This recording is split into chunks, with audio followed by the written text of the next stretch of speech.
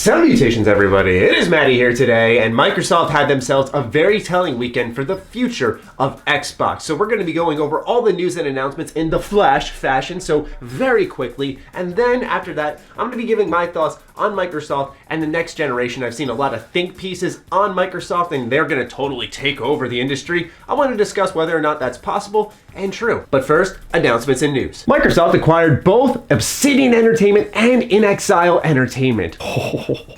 Crackdown 3 is releasing on February 15th, 2019. Hey, that's a great belated Valentine's gift for your lovers of Xbox. PUBG is on Game Pass. Hellblade: Senua's Sacrifice is getting a physical edition. Very good news, that game is so good. Winnie the fucking Pooh in Kingdom Hearts 3, let's get it. The entirety of the Final Fantasy 13 series is getting backwards compatibility, along with Final Fantasy 7, 9, 10, 10-2, and Final Fantasy 12 coming to Xbox One at some point in 2019. Sea of Thieves got more content. So did State of Decay 2. And Winter of Arcade is a thing, which is pretty much the summer of arcade, but it's coming later this year. Alongside that, 16 new games were announced for the Xbox Game Pass. For some folk, understandably so, this was pretty disappointing. There wasn't a major game announcement, a major game reveal. In fact, maybe some bias here, but I think the major happening at this event was the acquisition of Obsidian and inXile, two top-tier developers who make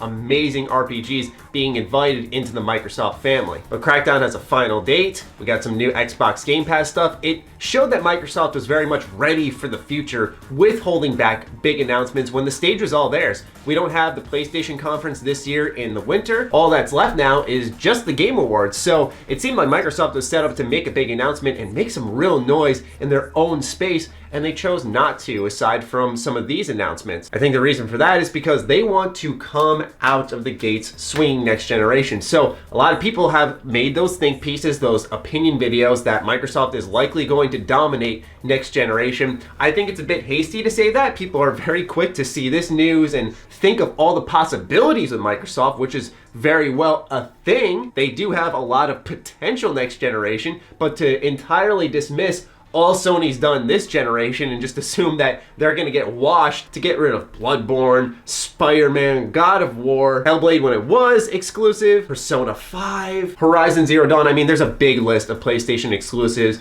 and they were all mostly stellar. The only one that comes to mind that wasn't that great was The Order 1886. But Microsoft, on the other hand, has made a bunch of big acquisitions to prime for the future, where with money dumped into these studios making exclusive titles, the future looks bright, and they are clearly addressing needs. And if you look at the pedigree of some of the studios they acquired, a lot of them are smaller developers who have made games that are more niche, so to say. Of course, Obsidian Entertainment, now with a AAA budget. Stuff along those lines that wasn't possible in the past is now possible, so we can see an evolution for Microsoft. I think the game changed back when they announced Game Pass. I made a video right away on it. A lot of people call me a fanboy for it, naturally, and I was like, this is gonna change the industry, and lo and behold, it did. Sony responded. They updated PlayStation Now. They made games downloadable. They also updated and added a bunch of titles to their streaming service to compete with Microsoft's customer-focused service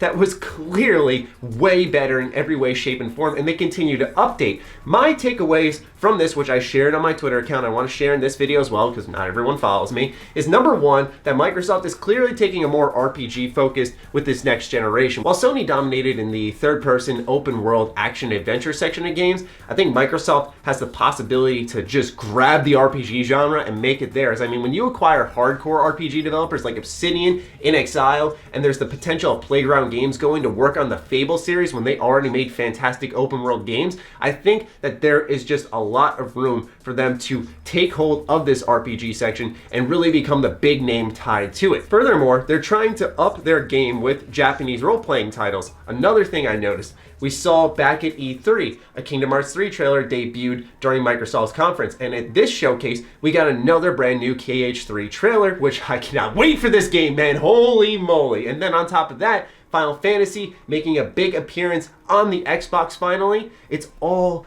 great news. The Xbox has notoriously struggled in Japan, so once again, Microsoft addressing a need, trying to become more friendly to the entire globe, not just consolidated to their one section of mostly Western consumers. And I think that's great because there was a time where Microsoft had made little hidden gem RPGs, like for example, The Lost Odyssey. This is a wonderful JRPG, and we haven't seen anything like that come out of Microsoft in so many years. So I'm hoping that this is a sign that they want to get back on track and focus on that type of stuff. There was a little bit of a taste of that with something like Scalebound, which I know got canceled and I know looked a little rough around the edges. Takeaway number 3 is that clearly as they continue to add tons and tons of games on the Game Pass, this is going to be the consumer-focused service that pushes so many people over the edge when they see a game they want. Because what's going to happen is they're going to see a console that they might be interested in, they're going to see a game that they're very interested in, and then they're going to look at Game Pass and go, well, if I get this console, I can get this one brand new game, but if I sign up for Game Pass, I can get 100+ new games to go enjoy for myself that maybe you missed at some point in time, or maybe you want to go and re-experience,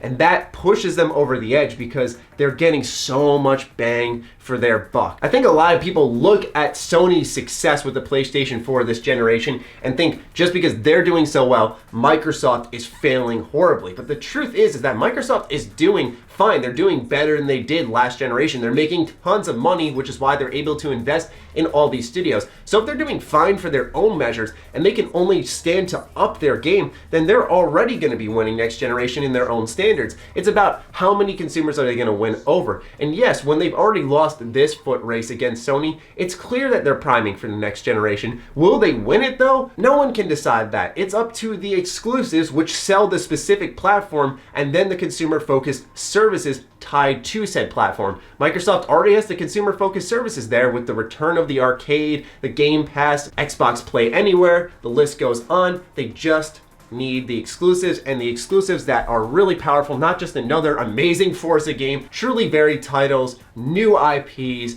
not the same old flagships which are always consistently good like a Halo or like a Gears of War. Give us more ideas. These are things that we'll only see once titles get revealed and we start to actually play them. So I think a lot of people who are saying that Microsoft's already won next generation are jumping the gun, just like I'd say if someone said that Sony won the next generation. We have to see the products in play, but is the potential there? Is the future bright?